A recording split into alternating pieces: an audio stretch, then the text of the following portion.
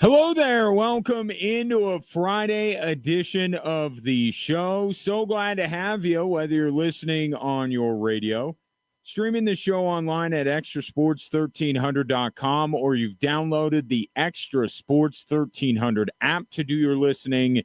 And that app, which is free to download and free to use, is sponsored by Diversus Health, mental health and well-being for all. A veritable cornucopia of sports topics with a heavy lean towards football coming away over the course of the program. Of course, we have football tonight with the Chiefs and the Chargers down in Brazil. Our coverage from Westwood One begins at 5:30. James Chambers, head coach of the Colorado Springs Switchbacks, will be my guest at 4:20. Coming off of a massive win and back at home, or still at home, never left, tomorrow night against Monterey Bay. But the rest of the time, it's you and me. 719-247-1313. You can call or text in your thoughts, or if you're watching the show on our social media platforms, as numerous as they are, all at Extra Sports 1300. You can comment there. I'll get to the game last night because there's a lot there. But let's start with how this season goes forward, especially as it pertains to the Denver Broncos. Sean Payton has done, and the Broncos by extension, have done pretty much everything right to this point. He has come in and hired the right coordinator in Vance Joseph. He's made a lot of right decisions with the roster. George Payton has continued to draft, and Sean Payton has then developed that talent. The Broncos have done this thing the right way, or what we perceive to be the right way, right? It's always drafting and developing is the quote-unquote right way to do things, and the Broncos have done that and been very successful. And I think you could say, in many ways, in his first two seasons at the helm, the Denver Broncos have done more than what maybe the masses felt like they were capable of doing, especially last year.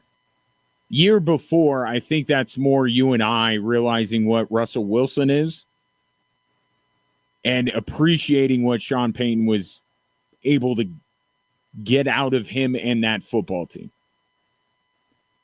But the most difficult thing to do when you're rebuilding a team, which Sean Payton has done, is go where people are saying the Broncos are going.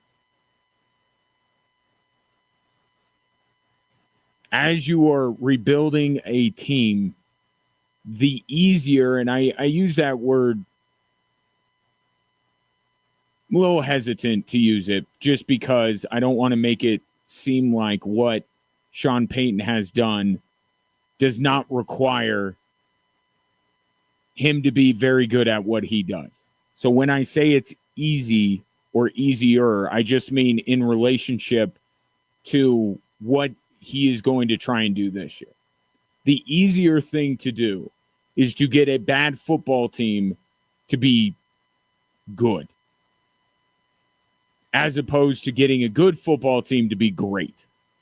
And the expectation for this Broncos team is that they are going to be great,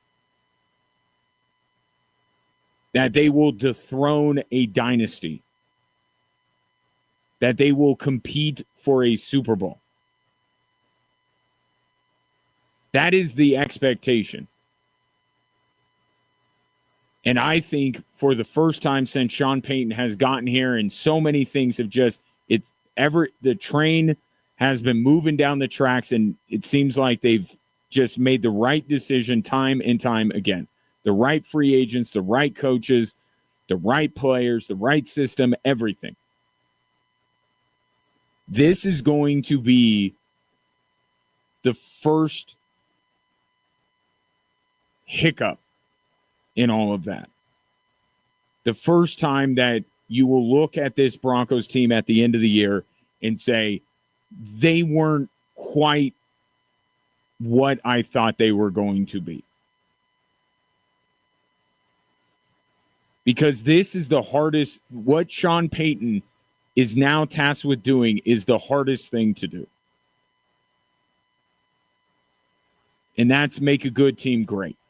That's to win the sport's ultimate prize. And I think people, quite frankly, have gotten a little bit carried away with this football team. And have just assumed because this is the next step, and it really is, right? What if it is there something between what the Broncos did last year and what many nationally are saying they can do this year? I don't know that there's a lot of middle ground. The next step for this team is to win the division. But winning this division, this is not the NFC or the AFC South. This is a division that has been ruled by one team for almost a decade. And that team has parlayed their division championships into AFC championships and Super Bowl titles. They're not trying to just simply win any division.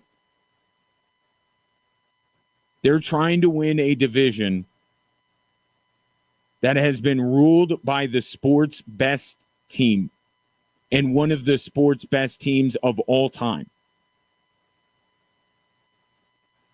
And I don't think that this Broncos team is ready for that. That is the next step. But it's not a step that I think this Broncos team is going to be able to take.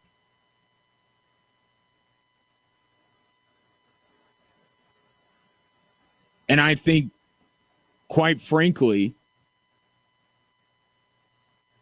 it's a bit of an unfair expectation, as brilliant as Sean Payton is, to put on the shoulders of a second-year quarterback.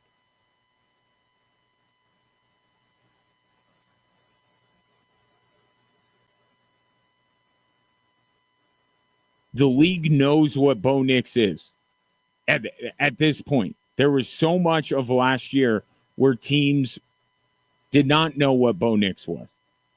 Now they do. And you heard Jeffrey Simmons, the comments that he made, the scouting report that is out for Bo Nix.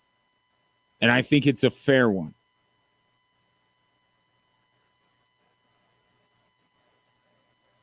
Is Bo Nix ready in year two with the defenses catching up and having more film than ever before on this guy? Is he ready to immediately take whatever they give him? Because now they're very specifically scouting him. And if the Tennessee Titans are any indication, you could take what Jeffrey Simmons has said as a slide if you want. But it clearly lays out what the Titans are thinking, what their game plan is on Sunday. And I don't think that they are the only team that, if they were playing the Broncos this week, would be thinking the same thing, that would have the same game plan. So they have a very specific plan for Bo Nix. Is Bo Nix going to be able to immediately have his own counterpunch lined up?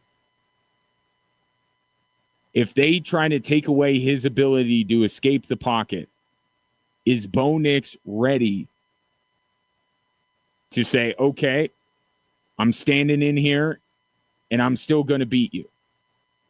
Because it's the ultimate judge of the quality of a quarterback, is being able to consistently win in the pocket. I don't think Bo Nix is ready to do that consistently in year two.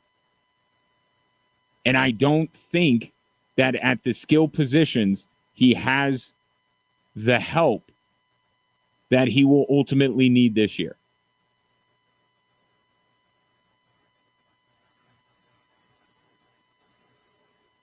I think that the Broncos, in a very deep conference, there are a lot of good teams here. I don't think that the Denver Broncos are going to get back to the postseason. I think they'll be in the mix all year long. I don't think that the bottom will drop out. But there's a lot for this team to prove, and it has been just assumed that all of these things are just going to be overcome. That Bo Nix is just naturally going to take this next step because we've never had a case of a rookie quarterback having a very good year and not being able to replicate it, CJ Stroud. That's never happened, let alone happening just 1 year ago.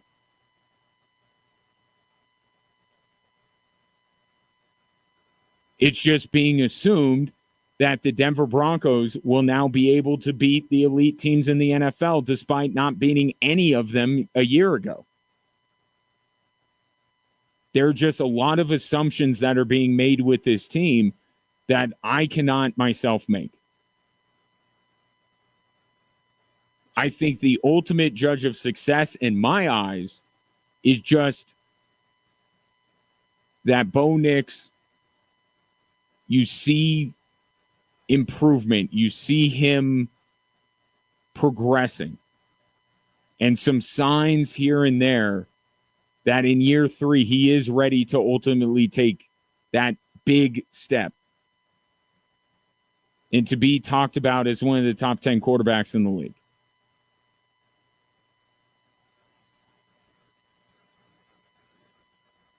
As long as the Broncos, to me, are in the playoff conversation for much of the year, that Bo Nix does not struggle, that Bo Nix does not backslide, and shows some flashes of being able to do the things, especially winning from the pocket despite being under pressure. Not saying he has to stay in there all the time. You got the ability to use your legs, use them. But I just didn't see Bo Nix when he couldn't rely on his legs, when he had his legs taken away from him to a degree, be able to beat teams. And you saw it in the preseason.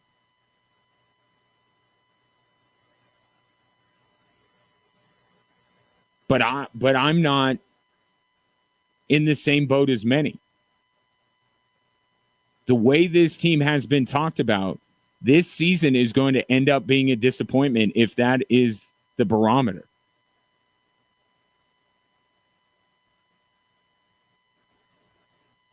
This is a team that is being talked about as knocking off the Chiefs, competing for a Super Bowl. They are not going to do that this year. So it will be looked at that they fell short of expectation.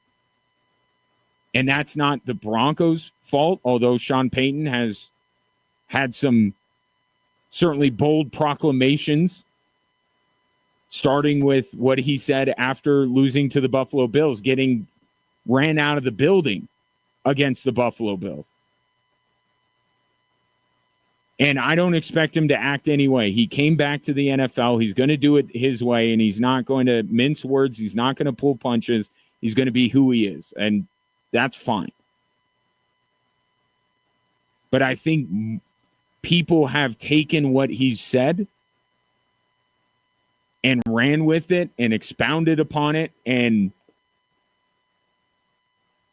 raised the expectations to a level I don't think that the Broncos are capable of reaching.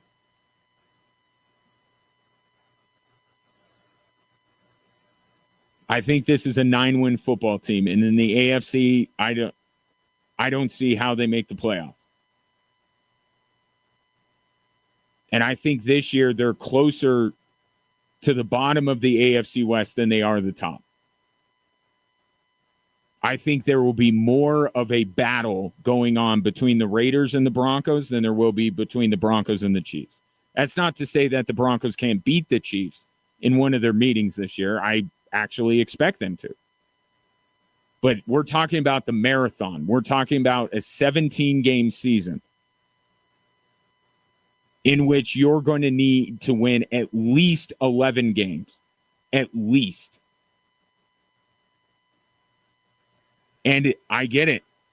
They won 10 last year. Many teams in the past have thought, well, we're just 1 or 2 wins away from getting to our lofty expectations. Sometimes that 1 or 2 wins is the hardest to get. It goes through some of the best teams in the league. They are games where not everything is going according to plan, that you can't out-scheme your opponent, that you're dealing with injuries. Those are the hardest couple of wins to get. And I don't think this Broncos team is ready to get them. I think they finished with 9 wins, and I think they're on the outside of the playoffs looking in. Take your predictions for the Broncos season. Also get into, so if I don't think that the Broncos are making the playoffs, who is getting in? Give you those as we move along. 719-247-1313. Coming up next, let's talk about that football game last night, because it had just about everything.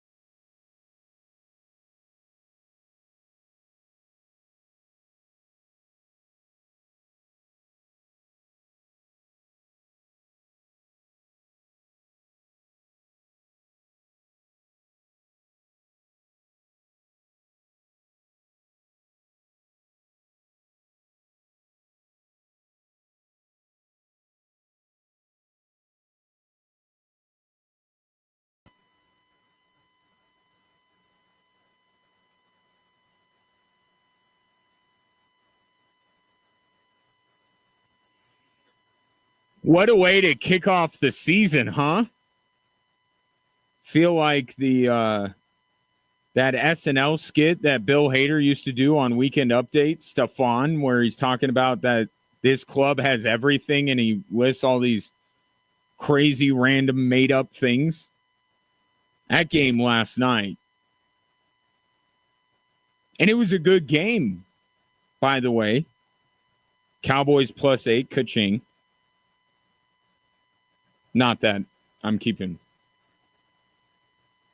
track or anything, but hey, you know what? Getting my first bet to cash of the NFL season means? I'd be much more willing to lose more of my money moving forward. All it does is give you a false sense of hope, right? So the Eagles win the football game, and it couldn't have, and I know I'm looking for it as you are. It was the biggest storyline, with all due respect to the Eagles celebrating their Super Bowl, but to be fair, the Eagles weren't even celebrating their Super Bowl. Eagles fans were celebrating their Super Bowl. Jeffrey Lurie was celebrating the Super Bowl. The Eagles were not even out there, which I think Nick Sirianni made the right call. Those pregame festivities on banner raising night can really throw you off your game. So I think Sirianni made the right call. But the biggest storyline last night was Cowboys minus Micah Parsons. So I know we're looking for it. But I don't think it's just that. I think you watched that game and you said, you know what the Cowboys could use? Somebody who can run and catch Jalen Hurts. Like, that would be a great thing if the Cowboys just had that. Because I think the Cowboys defensively, and Matt Eberflus, I thought they had a pretty good plan. I mean, they loaded up the box to try and slow down Saquon Barkley. They took away A.J. Brown for the entirety of the game. I was waiting to find out what book he was going to be reading on the sideline at some point, because he was a non-entity till very late. I thought the Cowboys defensively did a lot of good stuff. Problem was, they can't run down Jalen Hurts. And when you're looking at playing the Eagles, it's almost like that's the thing from Jalen Hurts that you want to take away. I'll take my chances with Jalen Hurts throwing the football. If I'm able to turn him into a one-dimensional quarterback, I'm going to try everything I can to take away his ability to run. And I think, and I'm not saying that the Cowboys weren't thinking that, but they didn't have the personnel to be able to do it because they just traded away that personnel. So you watch that game last night and you say, what are the Cowboys missing here? And the inevitable answer is a Micah Parsons-like player. If only they could get their hands on that kind of a guy. They're not in abundant supply, are they? But they couldn't run down Jalen Hurts for anything.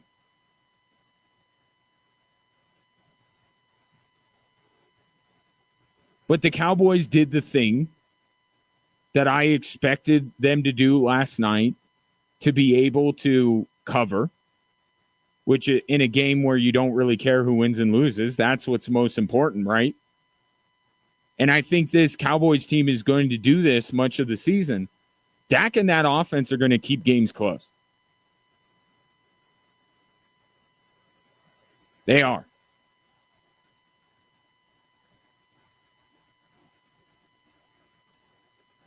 But you do have to wonder if Jalen Carter was a part of that football game,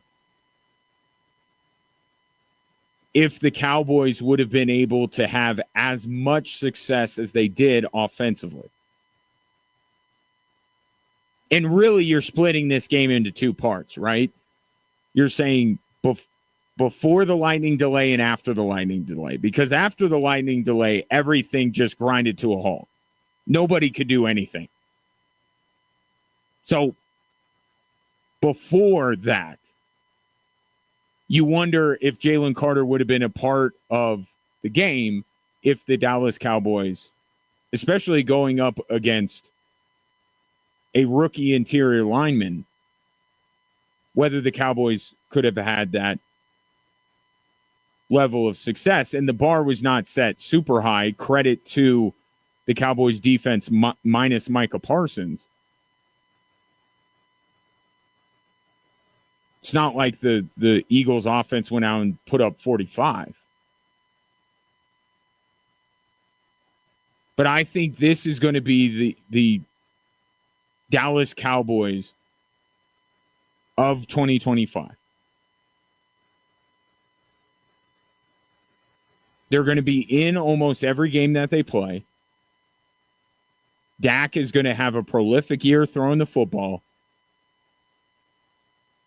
But they're just going to be missing, and I think it's going to be Micah Parsons. This is not going to be the last time that you'll watch a Cowboys game and say, man, why did they get rid of Micah Parsons again? I think this is like an 8-win football team, the Dallas Cowboys. But they're going to be in it.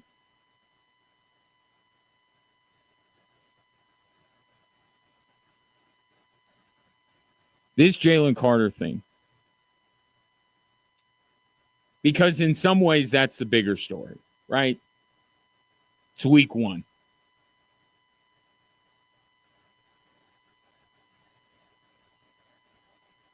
I'm not a Star Wars guy, but the line Han shot first. I don't know why it's in my head. Maybe it's because my son is a big Star Wars fan. But, I mean, that's not even a line from the movie. That's like some kind of fandom thing on message boards that people talk about. But for some reason, it was in my head last night. As soon as they come back from the lightning delay and they're like, here's the full video of what happened. And then you're doing the Leonardo DiCaprio thing. I know I'm loading up this segment with too many pop culture references.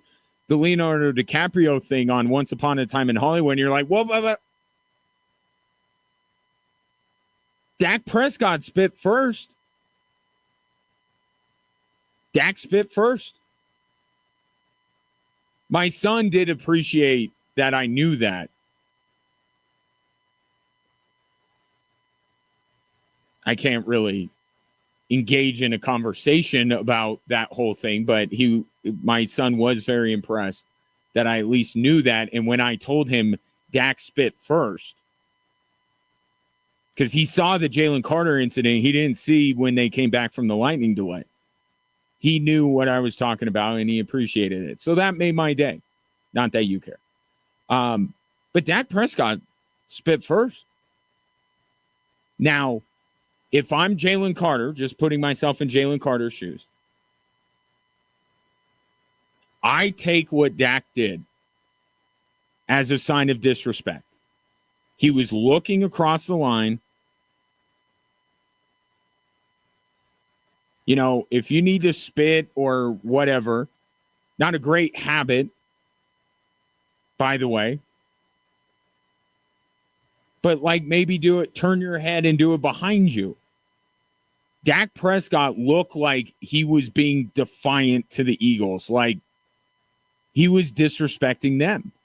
And if I'm Jalen Carter, I'm taking that as a sign of disrespect, that Dak Prescott is intentionally spitting on our field and looking at us while he does it. So I don't think that Dak Prescott was trying to bait Jalen Carter. But I do think that Dak Prescott was doing something to either be defiant or disrespectful to the Philadelphia Eagles. Maybe I'm not giving Dak Prescott enough credit. Maybe that was the conversation in the locker room. Hey, we think we got a chance if we can get Jalen Carter to do something stupid. Maybe I should be giving the Cowboys more credit. But to me, it just looked like Dak was like rivalry game, divisional game, week 1. Puh. That's what I think of you. But that being said, you cannot do what Jalen Carter did.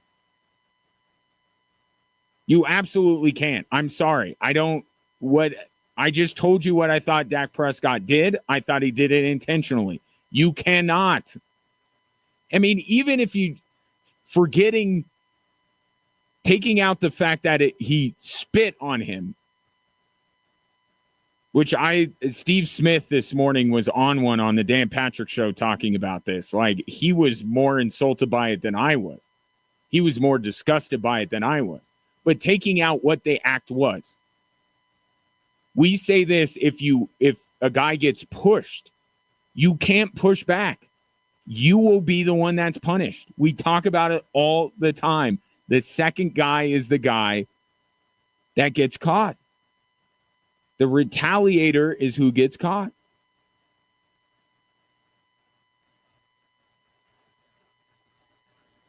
So no matter what the act was, him reciprocating, which I'm sure that's what he was thinking in his head, he was reciprocating what Dak Prescott did. You can't do that because you're always going to get caught. And then we add the layer of what Dak Prescott did,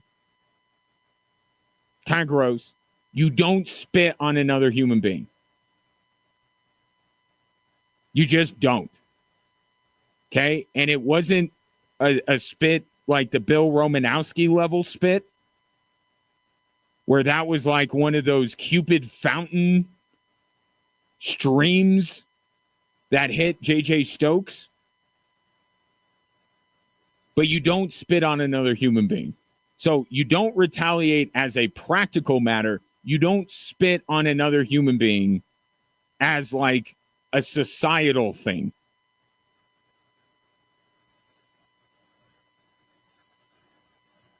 So Jalen Carter, absolutely, I'm sorry, he deserved to get kicked out of that game. And I wouldn't be shocked if there was more of a punishment beyond that. You can't do that. But if there is a guy on the Eagles that you would say, hey, who's the most likely to spit on somebody or who's the most likely to lose his head, it's absolutely Jalen Carter. There were certainly some character concerns, some, what's between the ears concerns with this guy coming out of college. In fact, I think that's part of the reason why they drafted Nolan Smith. I think they drafted him not only because Nolan Smith was a talented football player himself and has turned out to be that at the NFL level. He was kind of a calming presence for Jalen Carter at Georgia. I think it was smart of Howie Roseman to get both of them. But ultimately, at some point, the individual has to know where the line is and not cross it. And last night, Jalen Carter crossed it. He deserved to get kicked out of the game. It may very well have impacted the way that game went.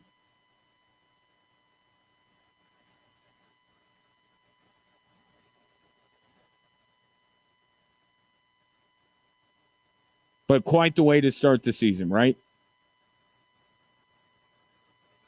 And it is going to be objectively hilarious when the Dallas Cowboys are on the clock in April and they take a pass rusher. Because watching that team last night, that's what they need. Take your thoughts on last night's game, 719-24-7. 13-13. Was Jalen Carter justified in spitting on another human being? More Drive Time Sports after this.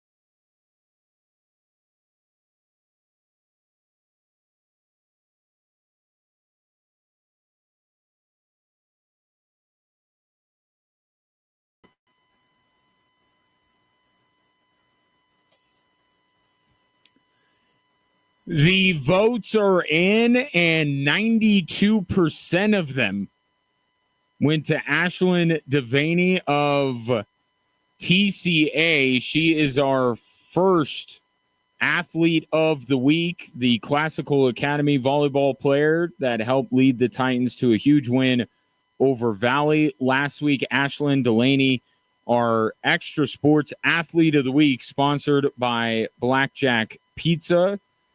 If you go to extrasports1300.com, you can fill out a nomination form, and come Monday, the athlete you nominate will most likely be up for the voting next week.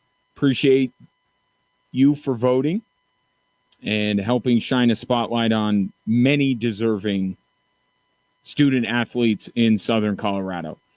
Let's get to your thoughts. There are a lot of them on this Friday, whether it's the Broncos, whether it's the Cowboys-Eagles game, or whether it's tonight's game. We'll start there with Brett. Says, so tonight's game is only on YouTube TV, so I need to get the free trial of YouTube TV, then cancel it after the game. Is this something that is kosher? Well, I got good news for you. It is just YouTube. If you go on YouTube to look up anything, and most of the content, including this show, by the way, free, no subscription required to watch this show. There's no subscription required to watch Chiefs and Chargers.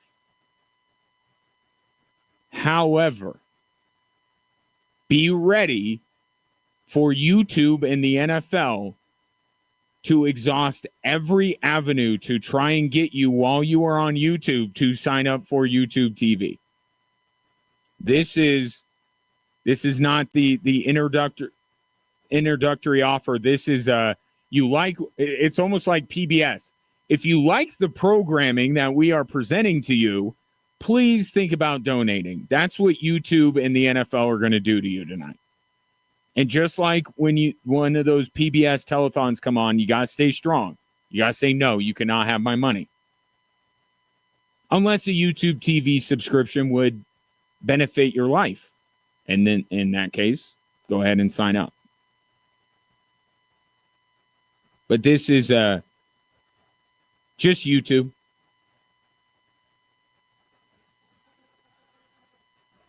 I believe if you pre-order Taylor Swift's new album,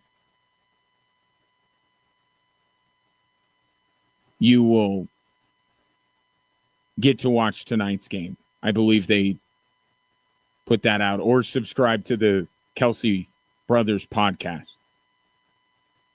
But no, it's free. Surprised you're watching tonight, Brett, if I'm being honest, based on your affinity towards the quarterback of the Kansas City Chiefs. As for last night's game, vis-a-vis Jalen Carter, Josiah says, Dak spit towards us in our home on our banner night, opening night.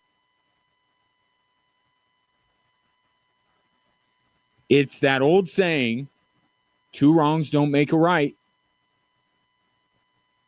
What Dak Prescott did needs to be pointed out.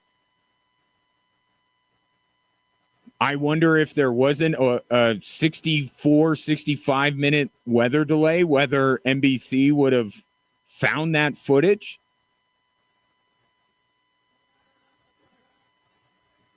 Seems like they're like, we have nothing better to do. Let's comb through frame by frame what happened at the beginning of the game and see if we can find anything. And they found something, and they found Dak Prescott being very disrespectful.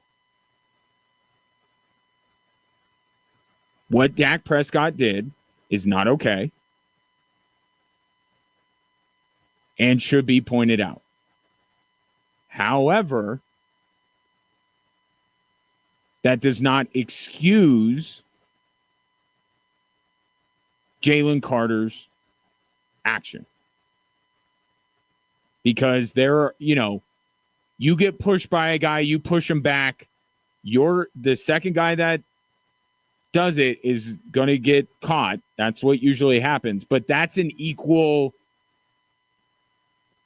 You push me, I push you. That's equal. I spit on the ground while looking at you, nowhere close to you, and you come up to me and you spit on me. That is not equal. Jalen Carter took it to another level that it didn't need to go.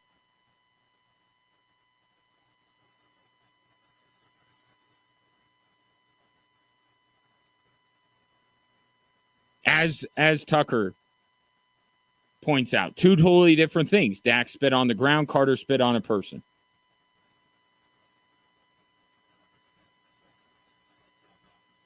But I am not blaming Dak or the Cowboys.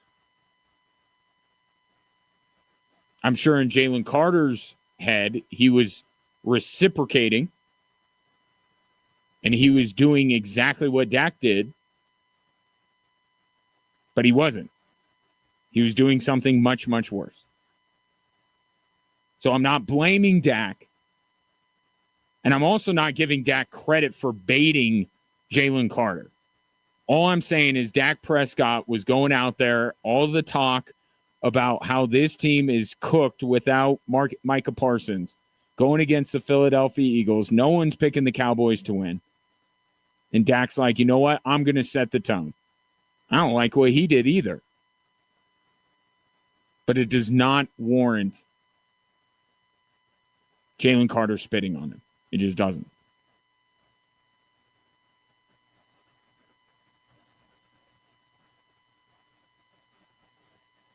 Brett says the worst thing about last night's lightning delay was that we had to listen to Chris Collinsworth for an extra hour. Why is this guy still on television? I don't know one person who likes his work. In fact, most are annoyed by him. I will actually say that I like Chris Collinsworth. And I know what you're going to say. Don't even waste your data. Let me play out this conversation without you even having to do anything. You say no one likes Chris Collinsworth. I say I like Chris Collinsworth. You inevitably answer with, of course you do, because he loves all over Patrick Mahomes every single game. And I say that's not the only reason, but I also don't hate the fact that Chris Collinsworth is a big fan of Patrick Mahomes. See? You just said I just saved you effort. I actually do like Chris Collinsworth. Now, Jack Collinsworth, a.k.a. the Bronny James of the television industry, now you and I can have some we can meet on that one. But I actually think Chris Collinsworth is quite good at what he does. I also like Joe Buck.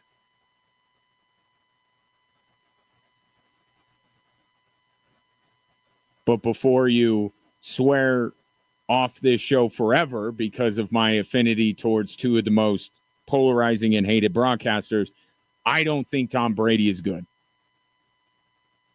And I don't like that he's allowed to be a part of production meetings with other NFL teams. I think that it is okay for Tom Brady not to be given something that he wants. Because I think Greg Olsen is much better as an analyst than Tom Brady. But using the same line of thinking I'm using with Bo Nix, I'm willing to give Tom Brady more time to grow into it, but I'm not a fan of Tom Brady as a broadcaster. This coming in from Dave. If the NFL is serious about the emphasis on disrespect of an opponent, they should lay down a punishment for Dak as well. I think that's fair, but I'm with you on that.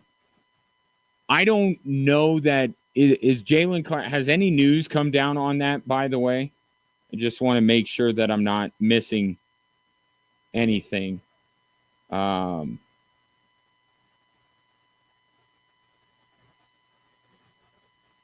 Yeah, I don't. Nothing has come out from the league. Should Jalen Carter be suspended for this? No. I think a fine is certainly in order, and I know fines, like, nobody really cares about fines, but if to those guys, it's their money. It's the NFL showing, like, hey, it's not just him getting ejected. We're going to tack on something. I don't think Jalen Carter should be suspended. But to your point, Dave, maybe a lesser fine given to Dak Prescott. I mean, the video evidence to me is quite clear what Dak Prescott was doing.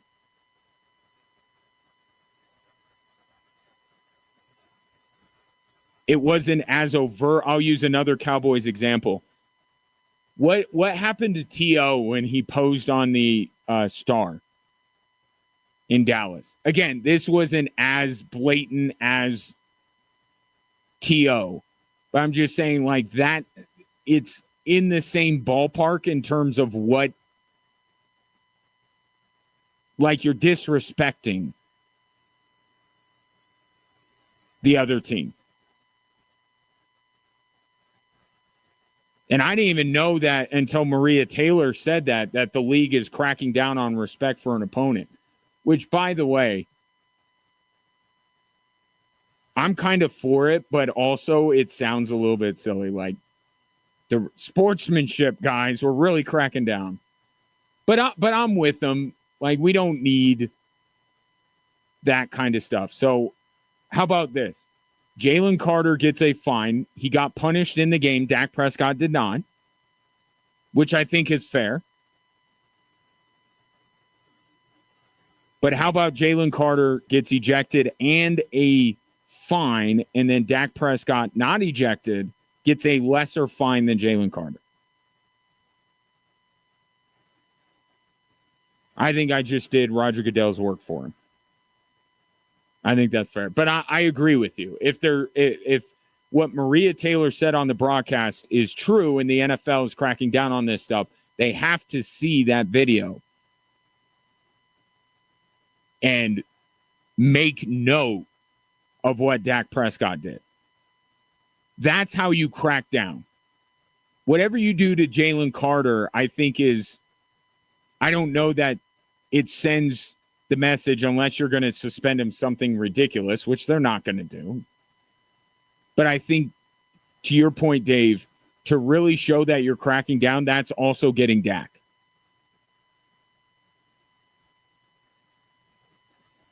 So we'll see what the NFL decides. They still haven't said anything about any further punishment for Jalen Carter. 719-247-1313. Take your thoughts on last night and the Denver Broncos, because that's where I'm turning my attention to. I may not be as bullish on the Denver Broncos this season as you are, but I think we are of like mind in terms of what Sunday will bring, what I'm looking for in Broncos Titans next.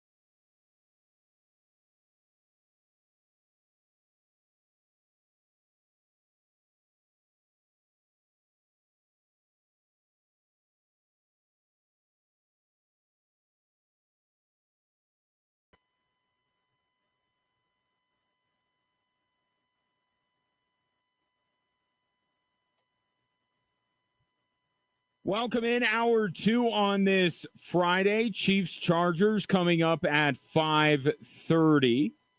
James Chambers, head coach of the Switchbacks, coming up in 20 minutes. You, any other time. 719-247-1313. You can call or text in your thoughts on this Friday, or if you are watching the show on our social media platforms, Instagram, Facebook, Twitter, and YouTube. The handle being all the same, at XTRA Sports 1300. You can simply comment there. Which Douglas has. So, Douglas, hang tight. Get to your Broncos thoughts, pushing back against my assertion that this is not a playoff team. But let's talk about what the Broncos can be on Sunday. Now, first of all, still no Dre Greenlaw. Now reportedly no Malcolm Roach. Do I expect this to swing the game to the Titans on Sunday? No. But that Dre Greenlaw injury, keep your eye on it. And San Francisco fans are nodding their heads when it's him or when it's Hufanga, but especially Greenlaw. The guy got hurt on July 31st. It's September 5th.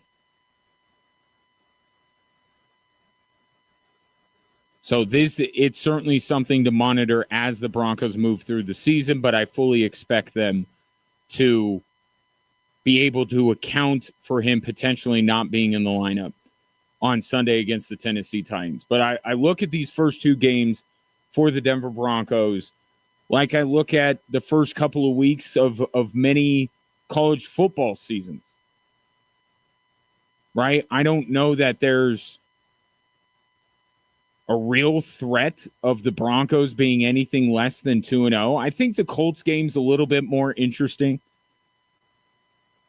And I certainly don't think that the Broncos can just roll into Indy and expect the Colts to just go away. We saw how that matchup went last year, and at least in the Colts' mind, they have a better quarterback. So I would expect the Broncos to be 2-0. But we'll save the Indy game for next week because I do think that there are some aspects of this Colts team that I think that the Broncos need to be mindful of. But these first two games, more than anything else, are about progressing, getting better, figuring some things out. Sean Payton talks about the race to get better. A lot of teams across the NFL are in the same boat as the Denver Broncos, and a lot of teams didn't play their starters as much as the Broncos did. So a lot of teams are of this mind, but some teams don't have the runway that the schedule makers have given the Denver Broncos. Right? The Denver Broncos can go into matchups with two teams that I think they are clearly better than.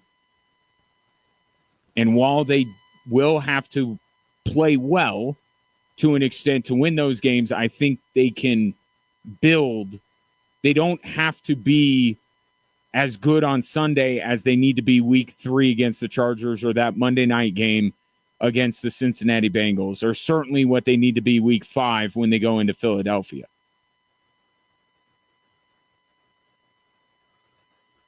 So what's the first part here? It's not really Bo Nix. I know we make a lot about Bo Nix, and we will throughout the season, and I kind of made a lot of him in the first segment when I was talking about why I don't think that the Broncos are ready to take the step that many people think that they are. I did reference Bo Nix as being a big reason.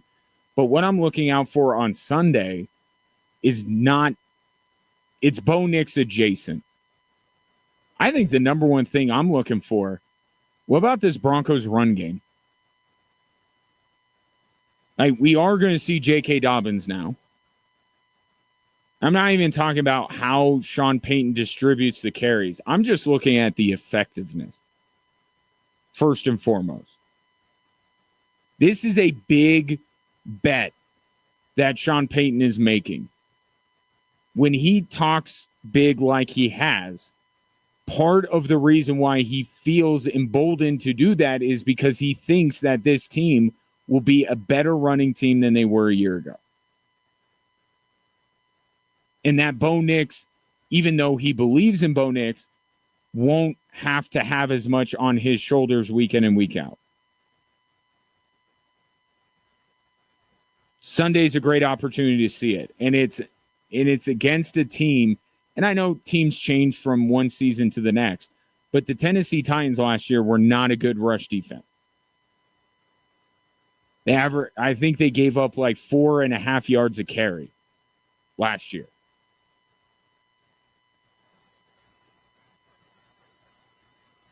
So I want to see this Broncos run game more than I want to see their pass game. Because I think they need to have that right in order to have a chance to get back to the playoffs. And then secondarily, yes, how the carries are distributed. I still think R.J. Harvey is going to be brought along slowly. I would not be surprised if the second leading ball carrier for the Denver Broncos outside J.K. Dobbins, well, it could be Bo Nix, but in terms of the running backs is Bidet or McLaughlin. I would not be shocked. But no matter who Sean Payton decides to employ on Sunday, who's dressed, who's not, who's getting the carries, who's not, can this Broncos run game be effective? And if it is, then I think the Broncos offensively can have a really good day.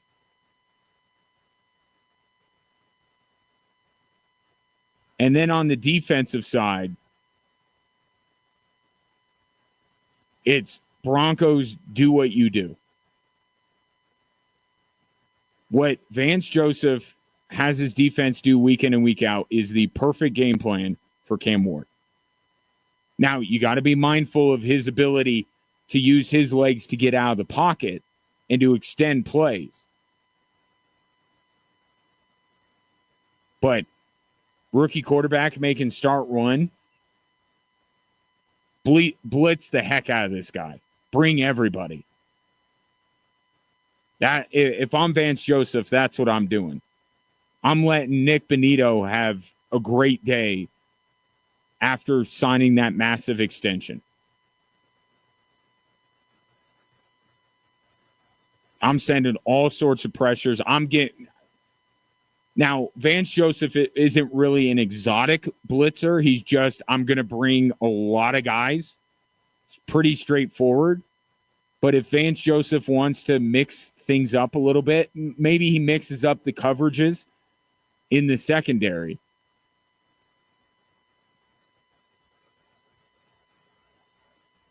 But blitz, Cam Ward.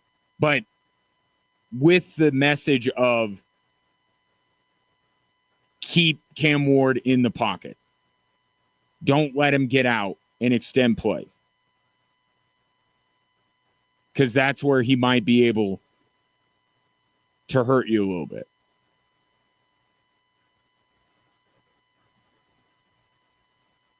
But we know that the Titans, and Cam Ward knows well enough not to throw at Pat Surtain. I don't know that it's necessary that Pat Surtain follows around Calvin Ridley. It's just, I don't know what's a better use of his time. You might as well. He's the main receiving threat on that team, so you might as well. I don't think he has to in order for the Broncos to win. Like you think about going against the Bengals. He needs to be on Jamar Chase like that. But if they commit Pat Surtain to Calvin Ridley, that's fine. If they don't, I think it ultimately will be okay.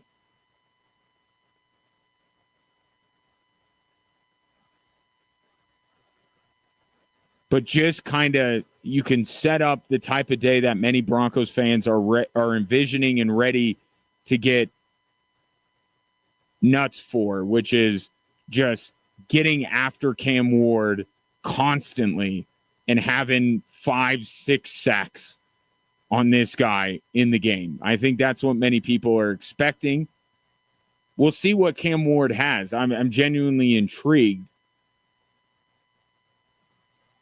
to see what Cam Ward is in game one, but more broadly in year one. But I think the defensive, I think both game plans are pretty straightforward. Run the football on offense, get that going. Let's see what Sean Payton does with Bo Nix when he has a run game. And if that changes some things, if that opens some other things up, it should. And then just pin your ears back and go after Cam Ward relentlessly for 4 quarters.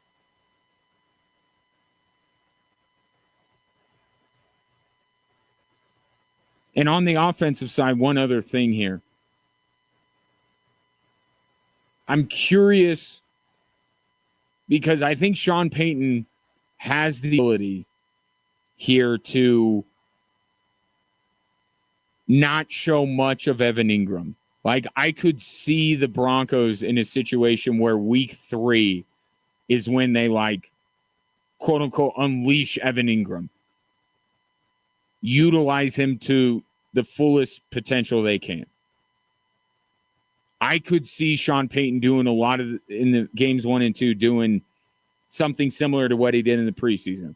Like, maybe I'll give you one Evan Ingram play, but I'm not going to throw him out there because they don't need him to create all of these matchup problems against the Tennessee Titans. They should be able to beat the Titans without that. So I could see Sean Payton hanging on to Evan Ingram, keeping how he's truly going to employ him in the offense close to the vest until the schedule picks up starting with week 3. But anytime Evan Ingram's on the field, I'm going to be closely watching that. Because I think that this idea that Evan Ingram is going to be like this prolific receiving threat, I just don't think that's what Sean Payton is talking about. I think it's what Evan Ingram simply being on the field opens up for Cortland Sutton, opens up for Marvin Mims, and on down the line. By the way, one Tennessee Titans injury note of significance, L'Jarius Sneed is questionable for Sunday's game, and he's their best corner. So you would think that if he were healthy, the Titans would try and do everything they can to have him on Cortland Sutton, given that that is Bo Nix's favorite target. But he's questionable for Sunday. We'll see if he plays. I don't expect the Denver Broncos to have too difficult of a time with the Tennessee Titans. But I would like to see them try out some things, especially in the run game, to show, okay, we can do this. We can run the football effectively. Doesn't mean that they're going to be able to run the ball effectively against everyone because they ran the ball against the Titans. Again, with that analogy with the first couple of games of the college football playoff, it's not like or college football season. You're not going to look at a win over the Titans and be able to truly say, watch out for the Denver Broncos. But if you can't do it against a team like the Titans, then who can you run the ball against? Because they're going to be, if last year was any indication, the Titans are going to be one of the worst rush defenses the Broncos will go up against all year. The line is Broncos minus 8.5.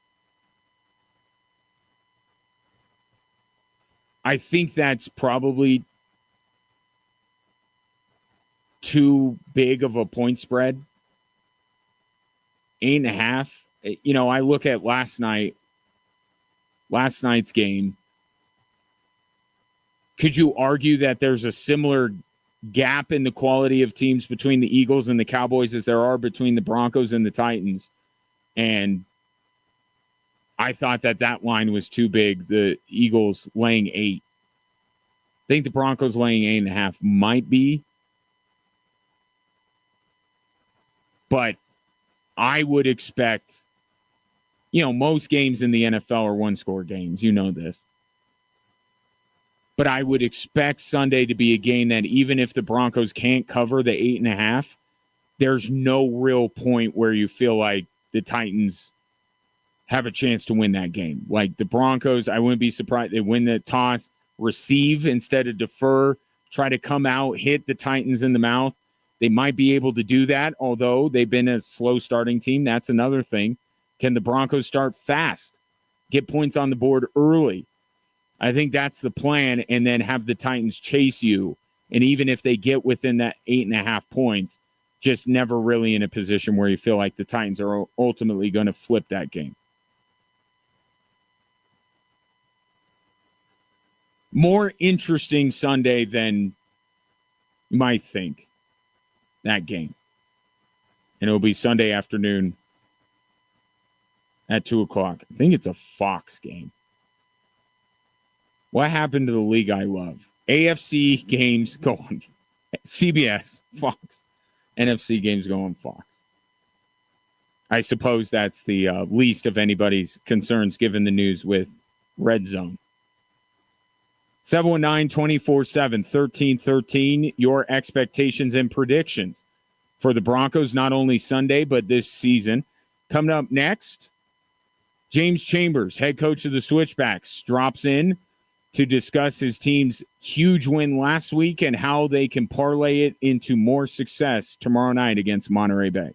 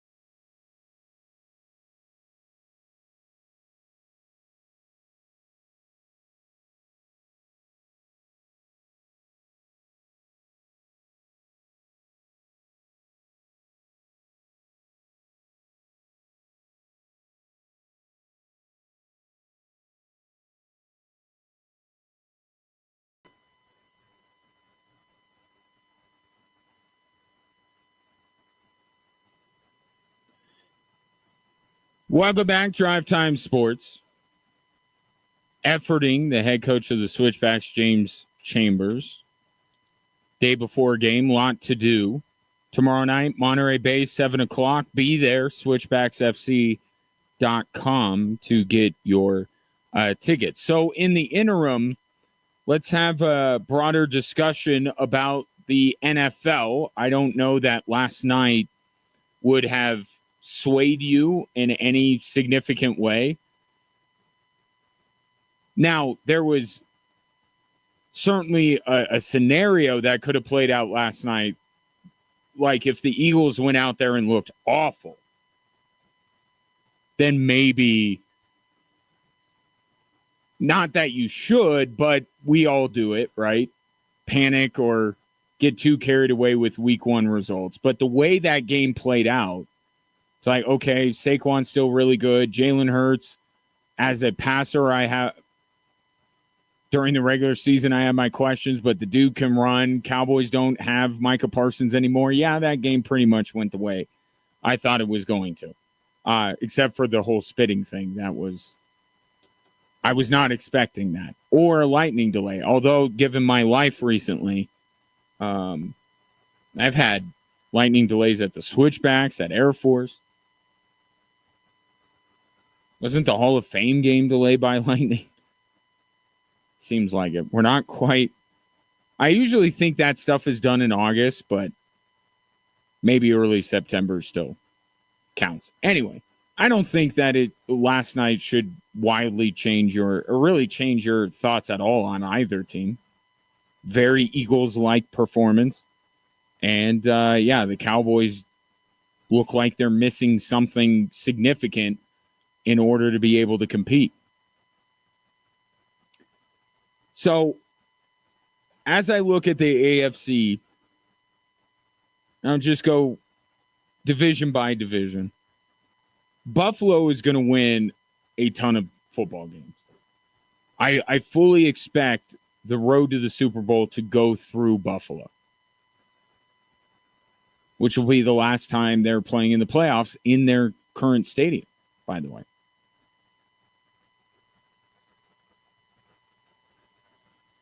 Josh Allen has said that he's not putting any expectations or anything, but yet he's visualizing a championship parade. So I don't know what quite to believe. The point is that the Buffalo Bills will roll. I think they'll be the last unbeaten team in the NFL. Their two games that are high profile are both at home, Sunday against Baltimore, and then later on in the season against Kansas City. I think Buffalo needs to earn home field, and I think that they will, and they'll roll in the AFC East. I talked about this today, or yesterday, that the New England Patriots seem to me that they look like the Broncos did last year. Like, there's a lot to like, but is the talent all the way there? Is their young quarterback ready to win a lot of games? So I thought, 8-9 wins for the Patriots seemed pretty easy, but do I think that they'll maybe take it one step further like the Broncos did last year? And I'm going to say yes. And I think it has a lot to do with the other two teams in their division, with Miami and the Jets. I think New England gets enough wins. I think they get to 10. Now, are they a playoff team with 10? That's where it gets a little bit dicey. Because 10 doesn't guarantee it. 10 just puts you in a really good spot. The Jets, Miami, for what it's worth, I just ultimately decided to put Miami above the Jets. But neither one of those teams will be too much of a factor, and I expect Mike McDaniel to be one of the few coaches who do get fired at some point this season or immediately after the season ends.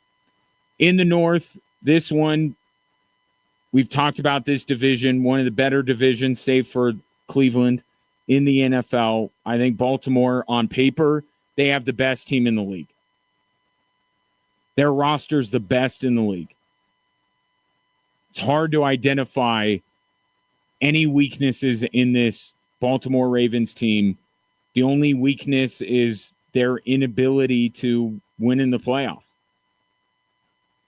But we're talking about the regular season. I think they win the division again. I think Cincinnati does win enough to get in the playoffs. I think they're the second best team in that division. I can't believe that the Bengals defense will be as bad as they were last year. And we were trending in a direction where they might be worse, right, with the whole Trey Hendrickson situation. But that's been settled. I think Cincinnati is threatening Baltimore for the division, but ultimately comes up short. But Cincinnati is definitely a playoff team. Pittsburgh.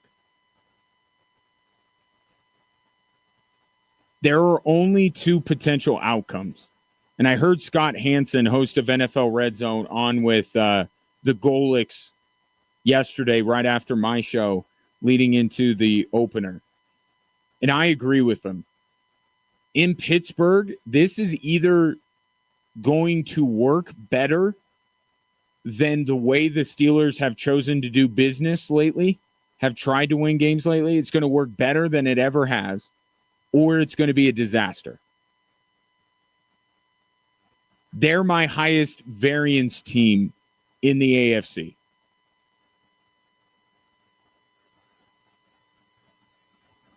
What I hear from Aaron Rodgers is that I think he's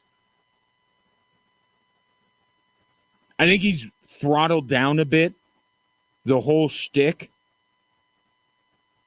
You know, what he was at the end there with Green Bay and, you know, I'm looking out for the worker and I'm sticking it to the man and all that, you know, high and mighty stuff that he was doing and orchestrating himself out of Green Bay.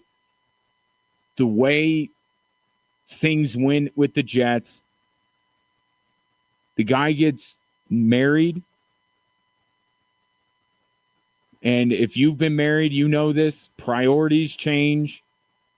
You're thinking in a little bit different of a way. I'm trying to say all of this stuff without saying what this leads to, because everything I'm saying would bring up one word, right? Humble. I don't know if Aaron Rodgers is humbled. I don't know that I can say that about him. But just the perspective with him. And I think he's a little bit tired of even his own shtick with the darkness retreats and the, you know, knowing better than the entire health industry and all that kind of stuff. He's kind of put that aside. Maybe credit Mike Tomlin for that. And I think this is a guy, he's going to be a Hall of Famer no matter what. I think he wants this season for his legacy. I think he doesn't want to go out like if he would have retired after last year. That would have meant. I think he wants to put together one last playoff run.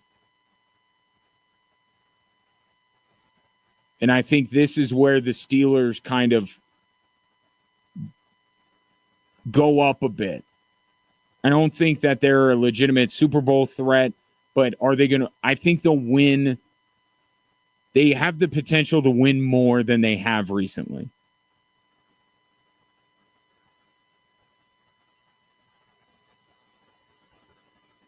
I think Pittsburgh wins 10 or 11 games.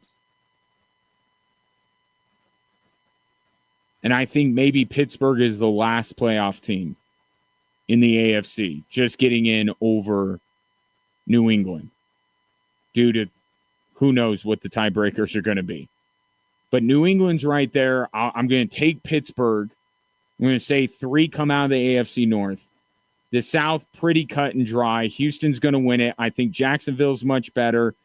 I think Indy's going to be mediocre. with Daniel Jones as the quarterback. I don't think that they're going to achieve anything great. I don't know if it saves Shane Steichen's job, but I don't expect the bottom to fall out of them like it could in Tennessee, starting a rookie quarterback. So I'll say Jacksonville, one of the most improved teams this year, maybe not enough to make the playoffs. Houston wins that division, and I think we should be talking about Houston as a potential party crasher in the AFC. I'm buying the dip with Houston. They have an elite defense. I think C.J. Stroud is a really good quarterback. I think Houston has the chance out of that, trinity of Kansas City, Baltimore, and Buffalo. I think Houston has a chance to knock one of them off. And I don't think that's a huge stretch because they nearly did it to Kansas City. So we talk about Buffalo, Baltimore, Kansas City for good reason. Let's not forget Houston. Everyone is down on Houston. They did win a playoff game last year. So I think Houston can make things interesting in the AFC, but they'll win their division. And then in the AFC West, I think Kansas City wins one more year. I think the Chargers, although if they keep getting offensive linemen hurt, things are going to go south really fast. They got a second offensive lineman who may not play tonight, in addition to Rashawn Slater being out for the year. I think the Chargers, if Slater is the only offensive lineman that they are out for a significant amount of time, I think Harbaugh can figure it out. I think this defense doesn't get as much credit as they deserve. We can have another discussion about Justin Herbert come the postseason, but I think the Chargers win enough. They finish second in the division, and they get a wild card spot. I got Vegas nipping at the heels of the Denver Broncos. I think the Raiders, the best thing I can say about them is they are going to be a pain in the you-know-what. They're going to win some games that we're not expecting them to. And they're going to, ruin some teams' seasons. I think they're going to be kind of a thorn in the side of a lot of teams. They're not the no doubt rubber stamp win that they were a year ago. I think Pete Carroll is going to get at least that much right away. But I think ultimately Vegas finishes at the bottom of the division. But I think that I think it's Kansas City and LA at the top. Then there's some separation, and then it's Denver, Vegas, with Denver ending up finishing third. So I got Buffalo, KC, Baltimore, Houston winning the division. Sound the alarm. I'm sure no one else has those four teams. And I'll take Cincinnati and the Chargers definitely. I'll go with Pittsburgh. But if not Pittsburgh, New England getting in as the third wild card in the AFC. Take your thoughts on the AFC. We'll just roll right into the NFC. But first, we need to take a break here on Extra Sports 1300.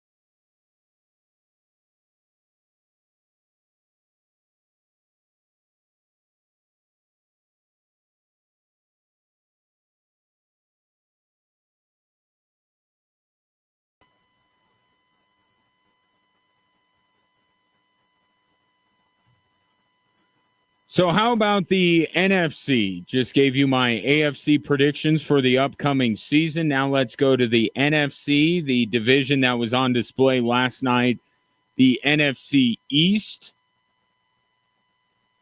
I think Philly ultimately ends up winning that division. I think Washington, I don't know if the wins, there's going to be a big win difference with this Commanders team.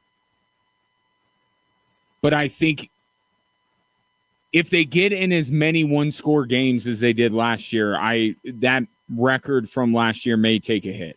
I mean, Jaden Daniels had some magical ends to games. The Commanders, what they can show, I don't know that they can show they're capable of, winning a bunch of more games, but what they can show in the next step in their evolution, as they are in many ways the NFC version of the Denver Broncos, and I think those two franchises are going to be somewhat linked in their development and as they build towards becoming a Super Bowl contender. I think what the Commanders can show this year is just we're not going to be in as many one-score games.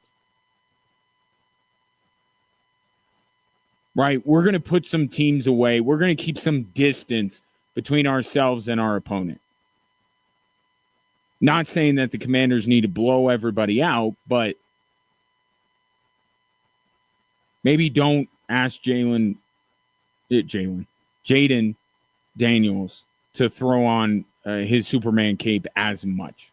And I think if they do that, even if they don't win the division or don't go as far in the playoffs, I think you could still say that the Commanders are building. They had such a magic carpet ride last year. But I think they're a playoff team. But I think ultimately Philly wins that division. Dallas, I got winning about 8 games. And the Giants, we're on Jackson Dart watch. Will he play when the Broncos host the Giants? I don't think many people want him to. I think they want finally that Russell Wilson return.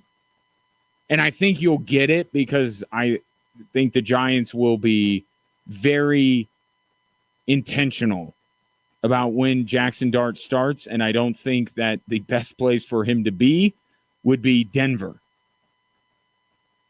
And I think what the Broncos defense may do to Cam Ward will further solidify that thought from Brian Daboll and company. Like, yeah, let's not put Jackson Dart out there in that game. But I think the Giants, they're not going to win many games. I'll say that. In the North, Green Bay, I already thought they were going to win the division. Micah Parsons just seals it for me. Detroit, I think losing the amount of intellectual capital that they have. I know they get Aiden Hutchinson back, which is going to be important for them. But I think the intellectual capital that they have lost is going to pop up. And we're going to find out truly how good of a coach Dan Campbell is. We know he's a good CEO. We know he's a great motivator. He is a culture changer. But now we're going to find out because his most trusted lieutenants are now running their own teams. I think it will hurt Detroit a little bit, not enough to miss out on the playoffs entirely. I think this is probably a 10-win Detroit team getting him into the postseason. Chicago shows improvement. I think you feel better about Caleb Williams than you did after year one. But this division is, to me, the best division in football. Like, I feel like I'm picking on the Minnesota Vikings because I'm like, they got to be better than I have them. But it's a math problem, right? Like, you can make a case for all of these teams in the division to be pretty good. But they can't all be pretty good. They can be pretty good, and the record doesn't reflect that. So I think Chicago takes a step forward, and I think Minnesota takes a step back. and maybe a significant one. I'm not a believer in J.J. McCarthy. I like Kevin O'Connell, and I like this Vikings roster. But I think there will be some significant growing pains with J.J. McCarthy, who's going to have to throw the ball more than he did at Michigan. He's just going to have to. I know Kevin O'Connell's going to try and make it so he doesn't have to, but there will be games where he is forced to have J.J. McCarthy throw the football, and I think he'll struggle in that regard. NFC South, Tampa Bay, sneaky Super Bowl team. I think they run away with that division, and not that I would say that Tampa is a significant home field advantage, but I think Tampa, because of how much more resistance some of the other teams in the league, some of the other perceived home field advantage teams have in their own division, I think Tampa, if they really turn it on, they might get home field. Love Emeka Egbuka. If you're looking for someone to back for offensive rookie of the year, and you're not going to, go with the sheep and pick Ashton Genty, although I don't think that's necessarily a bad choice. Emeka Egbuka. I like how much I liked him, and I thought that the Broncos should have taken him. Going into the draft, obviously, Tampa put a stop to that. Like Egbuka a lot. Chris Godwin is banged up, so I think this Sunday you'll see a little bit of Egbuka show out. Really like him coming out of Ohio State. Baker's got himself yet another weapon. Tampa's going to be really good, and no one in that South Division is going to touch them. I'm going to stick with Atlanta finishing second in the division. But based on what I said yesterday, don't be shocked if Carolina is second in that division. Not a playoff team, not winning enough. Tampa Bay will be the only team on the right side of 500. But don't be shocked if Carolina, with what they were able to get out of Bryce Young late last season, with the addition of Ted McMillan in the passing game, I think Carolina's pointed in the right direction, and I'm not going to do it. I'm not going to go another year with, Drake London and Kyle Pitts, and I got to see it. I got to see all of these skill position players come together with Michael Penix.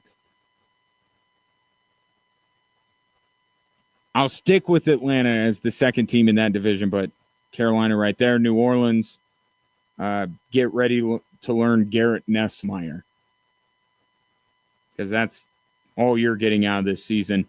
The NFC West, I hate this division, and I'll tell you why I hate the NFC West. Because I hate all the news regarding the top two teams in that division. This back injury for Matthew Stafford. Now Christian McCaffrey is a little bit of a question for Sunday. I hate this. I absolutely hate it, because I'm going to go one way, and I'll put it this way. Out of Christian McCaffrey or Matthew Stafford, whoever's healthier, their team is winning the division.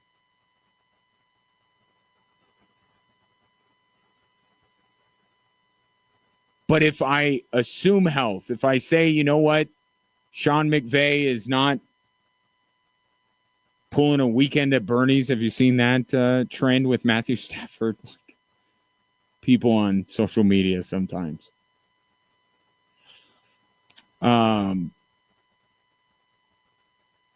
If Matthew Stafford's back holds up, and if Christian McCaffrey is out there the vast majority of Sundays, I think San Francisco barely beats out the Rams for that division. It's a toss-up. I love both teams. On paper, I hate both teams because of their injury report. And if I think the addition of Brian Robinson is important because I think that the 49ers can more stay afloat without Christian McCaffrey, but they're not winning the division. If the Rams have to turn to Jimmy Garoppolo, even with Sean McVay, to do that for the vast majority of the season, I can't see them doing that and being able to win a division, or maybe they're a wild card, but even then, I think they're really scratching and clawing. I'll go San Francisco, with LA being an obvious wild card team, but Christian McCaffrey and Matthew Stafford already. Well, it's Christian McCaffrey already. We've been talking about Matthew Stafford for months. But Christian McCaffrey already. A question for Sunday. Seattle, Arizona, not going to be really factoring in here.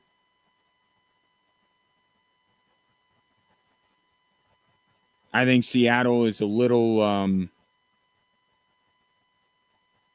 I think they are not giving Kevin O'Connell enough credit for what he did with Sam Darnold. I like a lot of what Seattle has. Torrey Horton, the former CSU Ram, in there as he's probably their wide receiver 3. Like their defense. I'm not doubling down on Sam Darnold.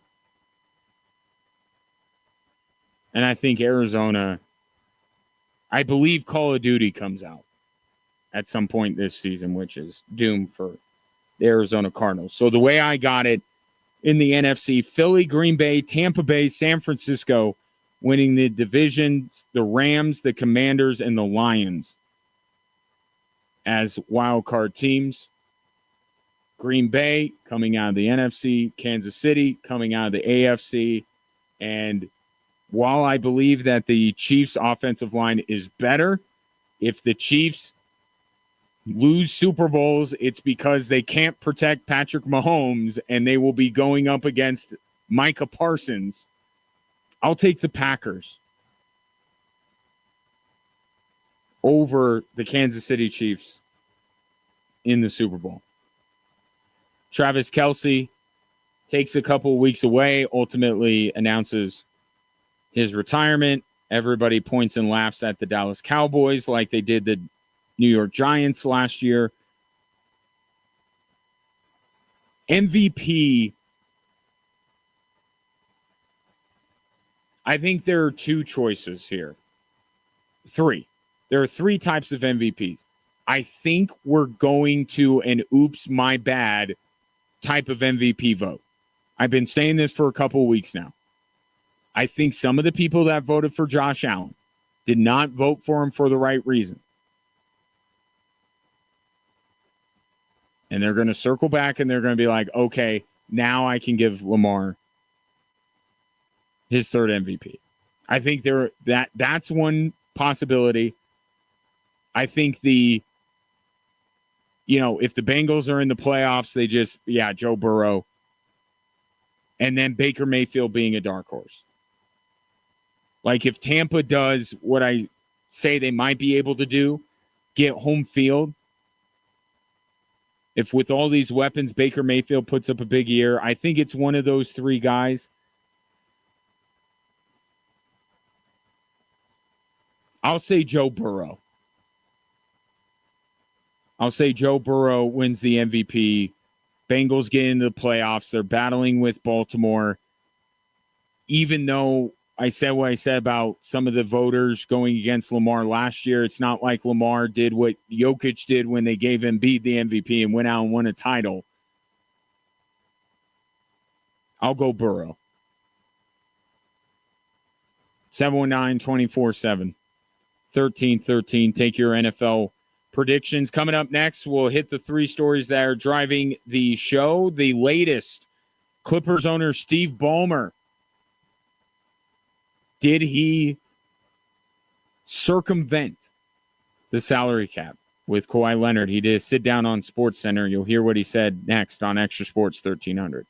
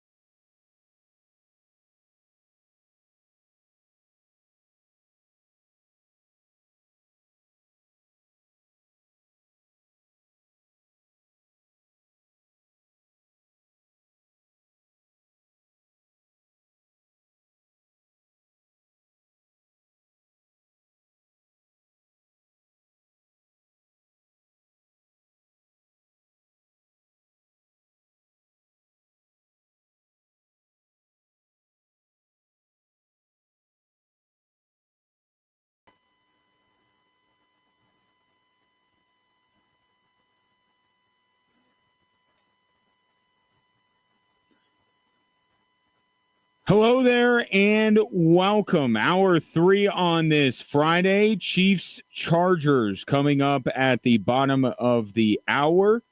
Still plenty of time to get done what we're looking to get done here, which is talk a little sports. Appreciate you tuning in, whether you're listening on air, online, or through the app, or whether you're watching the show on Twitter, Instagram, Facebook, or YouTube at XTRA Sports 1300.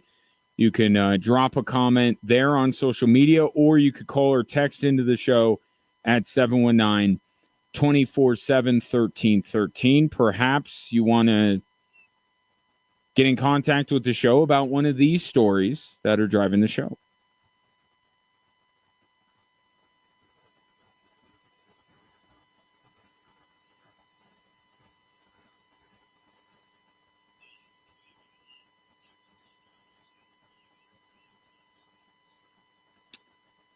All right, we start with what really is the biggest story coming out of the Eagles' opening night win. I don't wish for anybody to get out of the game. I'm sure he probably regrets that to some extent. I'm pretty sure he knows I didn't try to spit on him or wasn't even aiming to spit on him. Something that's probably going to get a lot of coverage and a lot of attention that feel sorry for him. You got that right, Dak. Dak Prescott, Cowboys quarterback. Jalen Carter ejected before the first play from scrimmage for spitting on Dak Prescott, but upon further review, Dak Prescott spit first.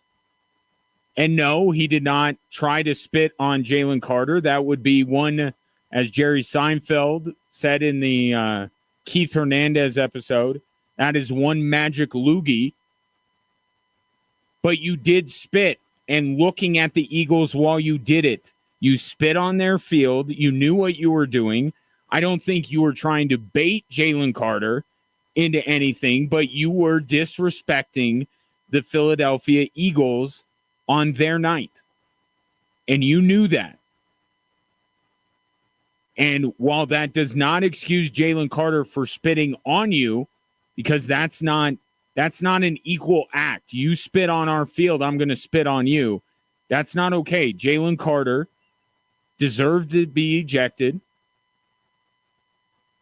And he was the wrong guy to see Dak Prescott do that because we know Jalen Carter's a little off. Two wrongs don't make a right, but Dak Prescott did wrong here too. And he knew what he was doing. Got a text from Dave earlier. I think it's a wonderful idea. Maria Taylor, during the broadcast last night, said that the NFL is putting an emphasis on respect for the opponent. Find Dak Prescott. Say, we know what you did. We know why you did it. We're going to acknowledge what you did and punish you for it. Doesn't deserve more punishment than Jalen Carter because you do not spit on another human being. But Dak Prescott isn't innocent in all of this. As for the game, Cowboys could really use somebody that's fast enough to track down Jalen Hurts. If only they would have had someone like that. And it wouldn't be hard to keep him long-term either. You just, call up the agent and work out a deal. These jokes aren't going away, by the way. I just picked the Packers to win the whole dang thing. The Cowboys will be this year's Giants. We will take every opportunity to point and laugh at the buffoonery of their organization that has led their superstar to go to another team and help them win a Super Bowl. But the Cowboys covered the 8. So thank you, Dallas Cowboys. Story number 2. How will the Broncos fare on Sunday? I think they'll fare pretty well. Will they cover the 8.5? I'd probably lean Titans. That's a big number. But beyond those financial interests you may have in a game like that, I think this is like an opener that you see across college football. This is a lesser opponent on your home field. You should have no issue whether you blow them out or just keep them at arm's length the entirety of the game. The Denver Broncos should have very little trouble with the Tennessee Titans. But what I'm looking for first and foremost is not Bo Nix. It's the running game. Let's see it. Because if the Broncos can't run the ball against one of the NFL's worst rush defenses from last year, who are they going to be able to get that run game going against? And this is vital to the success of Bo Nix. Sean Payton doesn't want to believe anything that is even slightly negative about Bo Nix, and that's fine. Put your earmuffs on. Don't listen to it or clap back at people who say things. But he knows that in order for Bo Nix to succeed in year 2, he's got to have less on his plate. Because teams have a very specific scouting report. This is heavily researched based on what Bo Nix was last year. The Broncos have got to get some semblance of a run game. A run game that other teams respect. And that will help Bo Nix be as good as he was last year, if not better. And the Tennessee Titans were absolutely dreadful against the run last year. I don't see that they added a lot to fix that. Broncos, let's see them run the football primarily with J.K. Dobbins. And open things up for Bo Nix. Take some pressure off of him in a game that should be just a celebration more than anything else of the Broncos season arriving once again. Defensively, blitz the bejesus out of Cam Ward. Just all game long. Just do not stop. Cooper, Benito, Allen, DJ Jones, send everybody. Blitz Pat Surtain. If I'm Vance Joseph, I'm just bringing all sorts of pressure constantly against Cam Ward. Interested to see how Cam Ward holds up, by the way, against the Broncos defense. If he holds up well, that'll be quite the feat. Don't think the Broncos have any issues. This is about showing that they have the potential to be better than they were a year ago. And that's why I identify the run game as the main thing I want to see. Run the football. Get out to an early lead. That would be nice. With the touchdown, not a field goal. Should all be possible against a team like the Titans, with all due respect. Broncos-Titans, Sunday, just past 2 o'clock. And we go to the NBA for story number 3. These were guys who committed fraud. How would I be able? Look, they conned me. You're one of the richest men in America. They conned me. I made an investment in these guys thinking it was on the up and up, and they conned me. At this stage, I have no ability to predict why they might have done anything they did. That is Clippers owner Steve Ballmer, who sat down with Ramona Shelburne of ESPN. I think it would have been better if Steve Ballmer would have went on Pablo Torre's podcast instead of Mark Cuban, because it was Pablo Torre's reporting that is saying that Steve Ballmer circumvented the salary cap. And now we're getting another report in this that says that basically when you add up Steve Ballmer's investment in this fraudulent company,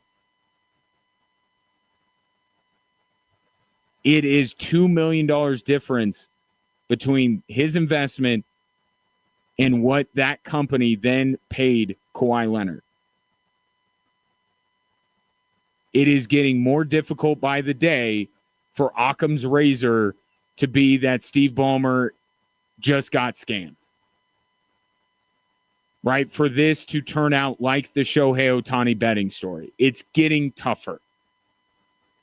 I still think there is a possibility that is what happened. Not to say that there's no criticism that should be levied against Steve Ballmer, even if he got scammed. It's kind of like Ohtani. Like, how are you not checking your bank account? But ultimately, we want to know if they circumvented the salary cap. That's what we care about. Like with Ohtani, it was going to lead to a suspension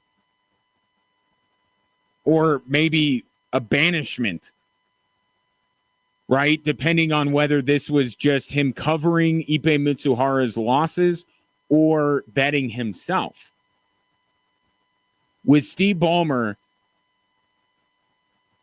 did they circumvent the salary cap? Because if they did, we are going to have the most wild free one-man free agency period we have seen in the history of basketball. Because the NBA, if they find this to be true, they will have to void Kawhi Leonard's contract. They did it with Joe Smith, and Kawhi Leonard, with all due respect to Joe Smith, is a far more significant basketball player.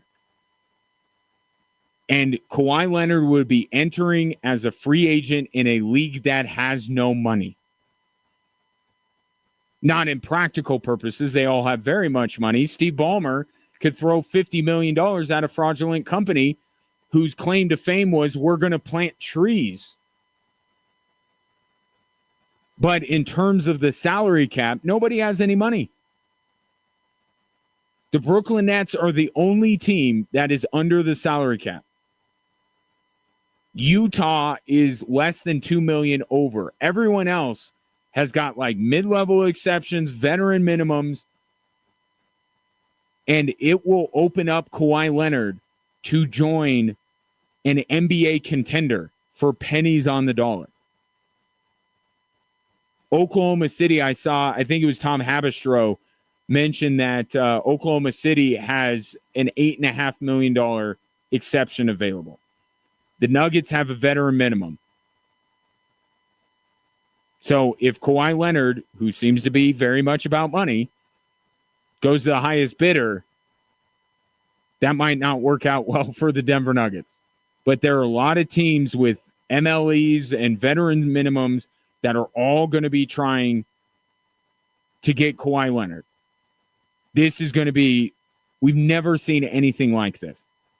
Because even the Joe Smith thing, while it was salacious and while it was, earth-shattering in a way, Joe Smith then hitting the free agent market would not draw the absolute feeding frenzy that Kawhi Leonard will. And if he lands on a contender, they can load manage him. Everybody be cool with Kawhi Leonard getting load managed. Yeah, we'll just pay $8.5 million for him to join us when the playoffs start. So that's what we're waiting for. But the only thing that triggers it is if Steve Ballmer is lying and he did give this aspiration $50 million to then turn around and give Kawhi Leonard $48. That math is dubious. And also the fact that Kawhi Leonard's uncle was going around to NBA teams when Kawhi was a free agent and asking for all of these improper things like use of the team jet and endorsement deals and things like that. I still think, again, the Occam's razor thing, the simplest explanation, because we've seen this, whether it be the documentary Catfish, whether it's Shohei Ohtani, even people that we look at and say, how can you be this dumb and this naive? We still, Manti Te'o, how can you be this naive? How can you ignore the warning signs? How can you not be as careful? It keeps happening, right? Every time we say there's no way that anybody can be this naive to just get scammed. The catfish documentary happens. Then Manti Te'o's fake girlfriend happens. Then time passes, and then Shohei Ohtani, he cannot be this naive. Well, apparently he was.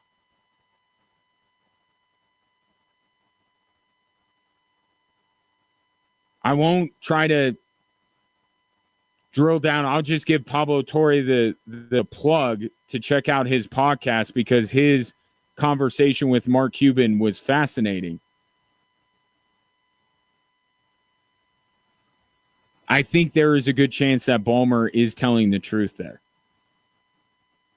As hard as it is to believe that somebody who has achieved as much as Steve Ballmer has in his life, that he got absolutely scammed, I think it's possible. But it's up to the NBA to figure this all out. As somebody who talks about sports as a fan of the NBA, sorry, Clipper fan, I hope Ballmer wasn't naive, because Kawhi Leonard, weeks before the season, becoming a free agent would be amazing. 719-24-7, 1313. Take your thoughts on the three stories that are driving the show. We got Chiefs Chargers at the bottom of the hour, so a little bit of time. 719-24-7, 1313.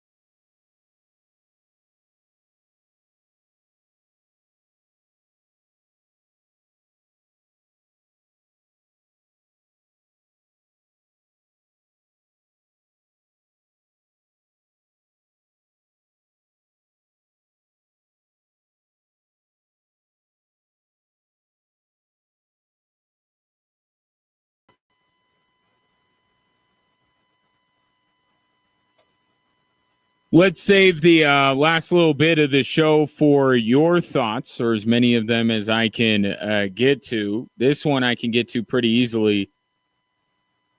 Sean Martinez on Instagram. Go Bucks. Big Tampa Bay fan. And I love his team.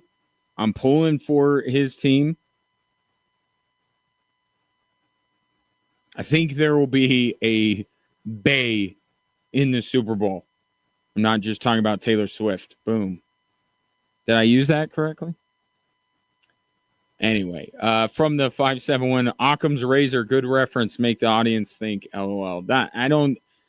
Audience knows. Occam's razor, simplest explanation is usually the best explanation. Monday, I will find a way to use Overton window.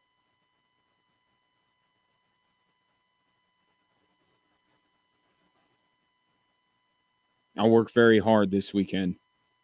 Try and figure out a way to work in the Overton window. This coming in from Douglas on Instagram. Think the Broncos are going to actually have a great year this year. Don't know if you saw a lot of the major sports books. I've read an article. The Broncos are favored to win back the AFC West this year. What are your thoughts on that? Well, I gave my thoughts at the beginning of the show. I think I do not think that the Broncos win the division, nor do I think they make the playoffs. If you look at, and actually, it's funny that you bring up the sports books because the sports books actually side with me. Right? And that's why I say, not saying you have to be a sports bettor. Certainly that is a personal choice. But you can sometimes, with how prevalent it is, it's kind of entered our conversation, right? It's not that taboo thing. We don't talk about lines and we talk about it. Doesn't mean you have to put money down on it. But it's interesting to look at. And the sports books actually would side with me when you look at over-unders, division title odds, Super Bowl odds, all that kind of stuff. But there are a lot of people out there saying that the Broncos can not only win the AFC West, but compete for a Super Bowl. And if they can win the AFC West, I'll say this. If they win the AFC West, they are a Super Bowl contender. Right? You've proved enough to be considered that if you win. This is not, again, the AFC or NFC South. You won the AFC West. I'm not just talking about the Kansas City of it all. You go through LA and you fight off Vegas enough to win the division, yeah, you're a Super Bowl contender.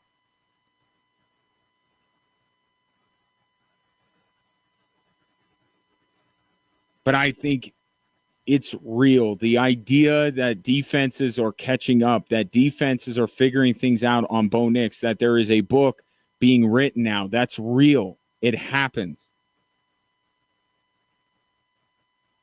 Same thing can apply to Jaden Daniels and Drake May. And how much are the Broncos going to be able to help out Bo Nix? I don't trust their wide receiving core. Have yet to see them establish a running game, which is why it's the number one thing I'm looking out for on Sunday. And until Jahdae Barron is ready to rock, and I think Jahdae Barron's going to be very good, but you saw how vulnerable the Broncos can be in the pass game. And we're not talking about Denver and, can they beat the Colts? We've graduated from that. Now are the Broncos on the same level as Kansas City, Buffalo, Baltimore?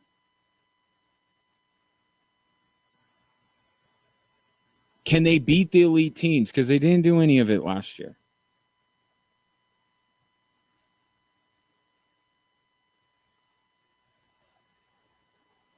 I think the path for them, I think the way they become Super Bowl contenders, the way they win the division, I think it's all very clear. And that's the progress that the Broncos have made. You don't have to come up with a million different reasons why the Broncos are going to be good. They're good. Now, how do they become elite? And I don't think that they'll have enough this year to be one of those elite teams, especially in that division and especially in that conference. The NFC is a little bit more of the Wild Wild West. Be curious to see what the Broncos could do over on that side. But there are some playoff spots that have been held by certain teams for a while. But we'll find out together, won't we? And I'll leave you with this because it's a perfect segue into what we got coming up. This from Tom. A lot of great text today. This might be the best. In all caps, Chiefs suck. With that sentiment, I bid you adieu. Appreciate you tuning in and interacting with the show. And maybe talk to you tomorrow for some Switchback soccer. Maybe tonight for some Air Force men's soccer on ESPN+. Yep, I know. I won't know the Chiefs score. So I'll have to have my reaction to your teasing be delayed. So just expect that. If tonight goes poorly for the Chiefs, just know that your response is going to be delayed. Enjoy your weekend. We'll reconvene on Monday talking a lot of Broncos. For right now, it's Chiefs-Chargers on Extra Sports 1300.